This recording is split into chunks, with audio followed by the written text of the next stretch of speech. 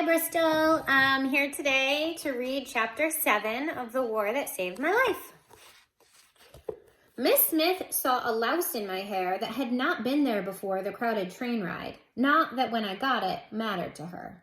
In a shrill voice, she insisted we take baths immediately that minute. She said, staring at my foot, "Can you get up the stairs? What happened to you?" "Got run over by a brewer's cart," I said. Miss Smith flinched. I went up the stairs on my bottom one at a time. Miss Smith took us into a white room with a big bath, poured hot water straight from a tap, which was fascinating, and gave us our privacy, whatever that meant. There was soap and thick towels. I took a little cloth and rubbed soap into it and rubbed my face and neck. The cloth came away gray.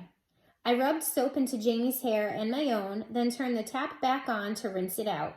It was wonderful, the bath. Afterward, the dirty water ran out a hole in the bottom of the tub instead of having to be scooped out like at home. Jamie, clean, grinned from inside a white towel. I wrapped a towel around myself and let my hair drip onto my shoulders. "Posh, this place," Jamie said. I nodded. It was a fine place. I didn't care if Miss Smith was awful. We were used to that with Ma'am. Miss Smith knocked on the door and asked us where our things were. I didn't know what she meant. We'd finished the food I'd brought, and I'd left the empty paper bag on the train. "Your other clothes," she said. "You can't possibly put what you were wearing back on." The other kids on the train had parcels, not us. I said, "We're going to have to. That's all we've got." She opened the door and looked me up and down. I stuck my right foot behind my left, but it was too late. "Brewer's cart, nothing," she said crossly, opening the door wider. "You've got a club foot, and you're bleeding all over the floor." She swung her hand toward me. I ducked. She froze. "I wasn't going to hit you," she said. "I was going to help you." Sure, because she was so happy to have me bleeding on her floor. She knelt and grabbed my bad foot. I tried to pull it away, but she held tight. "Interesting," she said. "King Richard III had a club foot. I've never seen one before." I made myself think of the ponies. The pony beside the house, the pony running next to the train, me riding the yellow pony. I went away into my head and gave myself ponies, and that way I could bear Miss Smith touching me. "Right," she said. "We'll go to the doctor tomorrow. Find out what we should do for you." "He won't hurt her," Jamie said. "Nice people hate that ugly foot." Miss Smith let out a short, harsh laugh. "You're in luck then," she said, "because I am not a nice person at all." Oh, I like her already. She was not a nice person, but she cleaned up the floor. She was not a nice person, but she bandaged my foot in a white piece of cloth and gave us 2 of her own clean shirts to wear. They hung past our knees. She combed or cut the tangles out of our hair, which took ages, and then she made a big pan of scrambled eggs. "It's all the food I have," she said. "I haven't been shopping this week. I wasn't expecting you." All the food she had, she said, except there was butter on the slightly stale bread and sugar in the tea. The eggs looked slimy, but I was hungry enough to eat anything, and they tasted fine.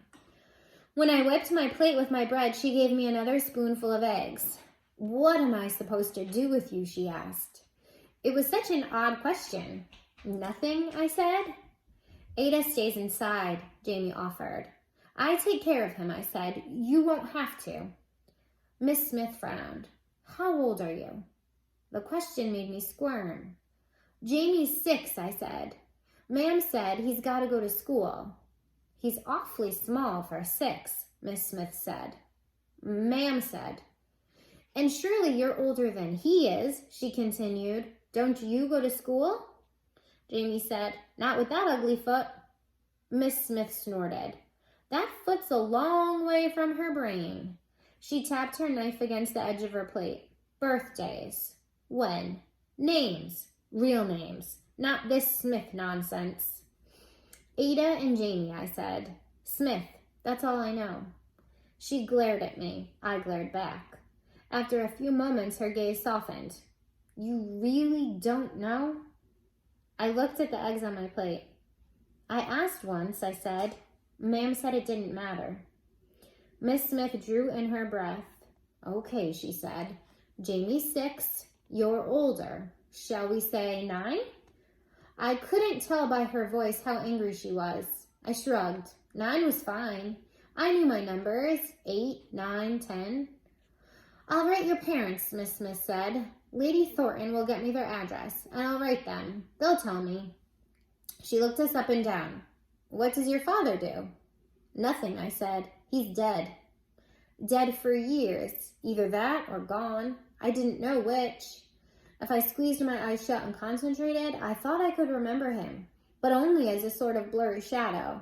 A tall man, quiet, not like ma'am. Oh, said Miss Smith. I'll write your mother then. Miss Smith was not a nice person, but the bed she put us in was soft and clean, with smooth, thin blankets and warm, thicker ones. She pulled the curtain across the window to shut out the light. I was so tired. Miss, I asked, whose is the pony? I had to know before I went to sleep. Miss Smith paused, her hand on the curtain. She looked out the window. His name is Butter, she said. Becky gave him to me. Who is Becky? Jamie asked. But she didn't reply. That's the end of chapter 7. All right. Tune in later for chapter 8. Have a great night, guys.